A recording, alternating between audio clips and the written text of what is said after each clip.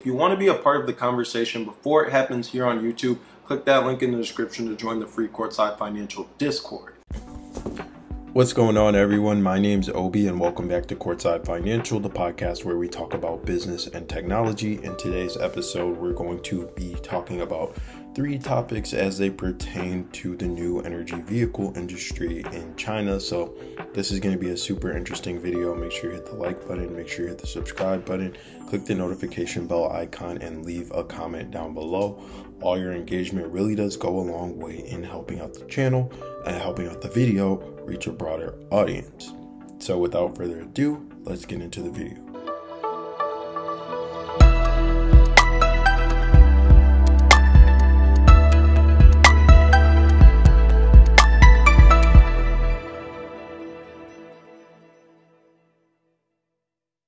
So our first topic, we're going to talk about CATL's evolution in the new energy vehicle market. We're going to talk about some of its challenges and some of its opportunities.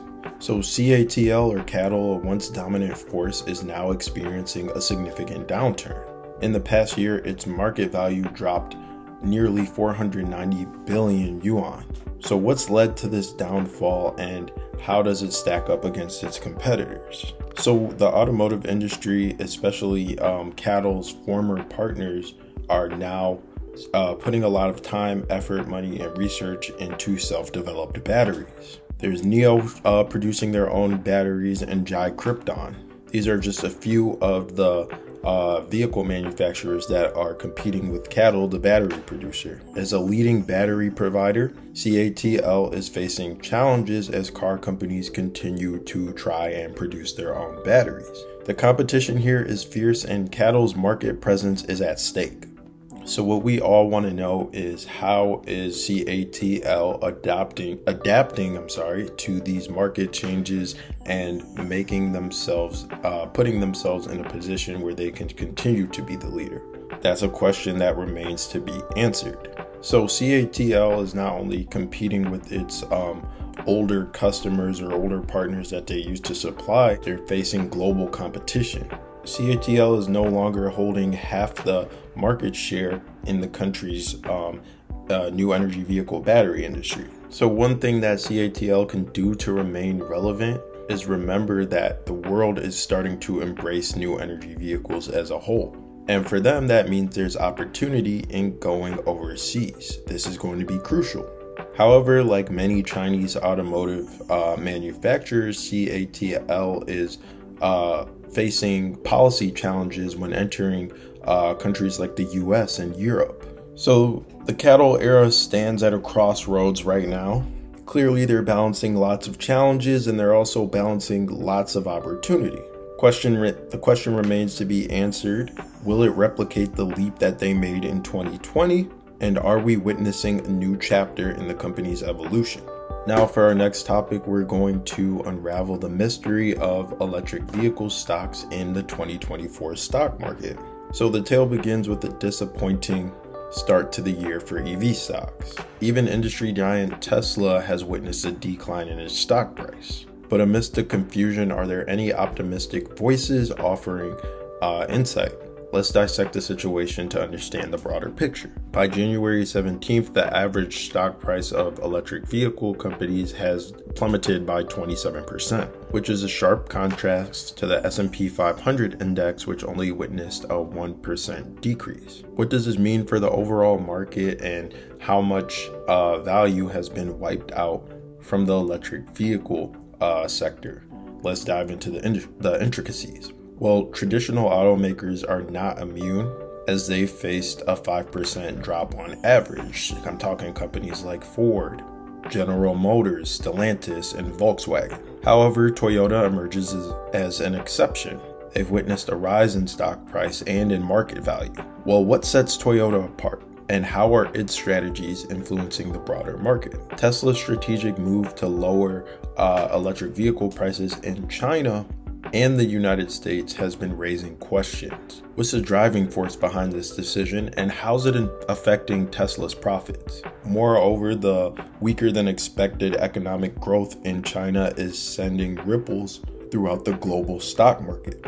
So it's pretty evident, in my opinion, that China's economic data is crucial for electric vehicle stocks. If we want to connect the dots here, the slowdown in electric vehicle growth finds its root in factors like market saturation and penetration of existing cars. Analysts project a shift in the percentage of new cars sold as electric vehicles. With Tesla's price cuts, growing competition, and slower growth, the electric vehicle market is entering a phase of intense competition. Will the current challenges pave the way for new opportunity, or are we in a prolonged slump here? Now to our final topic of the day, the import car market for China is under pressure. The past 12 months have seen relentless price war in the automotive sector, and the import car market is no exception. Numerous imported models are seeing plenty of price cuts, with brands like Lexus and Porsche being substantial. These are unprecedented. But what's the larger story behind this? How are these price cuts impacting the market is what we want to find out as the story goes on. According to the China Automobile Dealers Association, car imports witnessed an 11.6% year-over-year decline. They hit a 10-year low with 719,000 vehicles imported from January to November 2023. Luxury brands, although still dominating the market, faced a 2.16% year-over-year decrease. In the midst of market declines, homegrown luxury brands are experiencing, or making, I should say, some significant strides. Companies like BYD and NIO are venturing into the high-end markets. They're challenging the traditional dominance of older luxury brands. And so how are these domestic players disrupting the market? Simply through technology being able to give the consumer more is my thought on it. Like I said earlier, brands like Lexus and Volvo are offering significant discounts on their models to be able to compete. This is what we call a price war. Price war is not just hitting the EV industry, it's hitting the entire automotive industry. And so the rise of independent brands like BYD and NIO are a market force that's reshaping the entire automotive industry, even outside of electric vehicles. Companies like NIO are introducing flagship models that compete with international brands in terms of performance and features. Anyways, as we wrap up this episode, it's clear that traditional dynamics are undergoing a pretty seismic shift. There's a tussle between imported luxury brands and domestic contenders. High-end independent brands are reshaping the automotive industry right now. So stay tuned as we continue to navigate the twists and turns and bring you the news or the voice of what's going on in the market.